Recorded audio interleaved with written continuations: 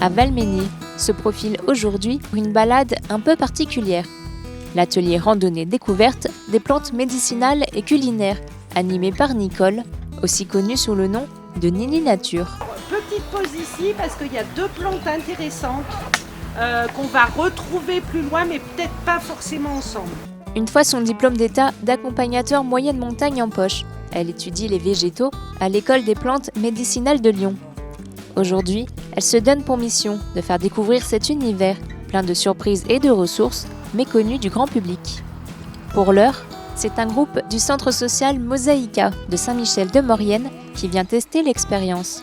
On procure de faire des pauses pour présenter une plante qui peut être ou comestible ou médicinale ou bien sûr les deux.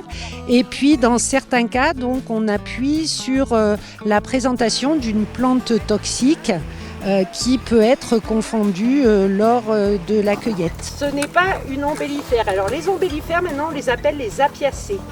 D'accord ?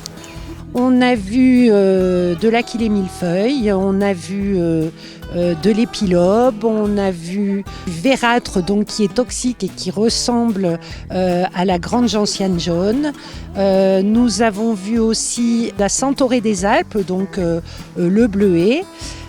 Donc on a regardé aussi donc ces plantes un petit peu dans le détail avec des loupes pour pouvoir observer la composition d'une fleur avec ses organes génitaux.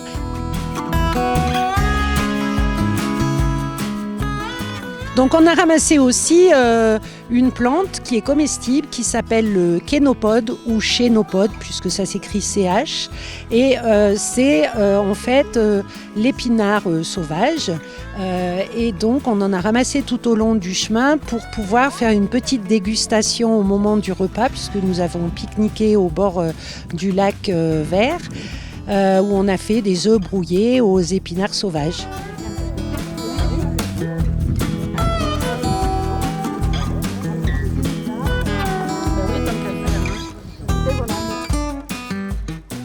Une fois la journée de cueillette terminée, Nicole propose également des ateliers permettant d'apprendre les différentes techniques de conservation des plantes.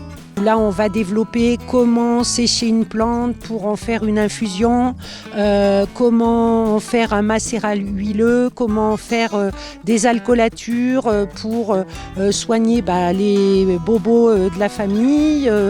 Ça peut être des problèmes d'articulation, ça peut être des entorses, ça peut être pour les dames des soucis mensuels. On peut utiliser simplement des plantes en fabriquant des produits tout simples qu'on peut réutiliser chez soi après. Le calme, la nature, le soleil et à la clé, des connaissances utiles que l'on peut réutiliser chez soi en toute autonomie.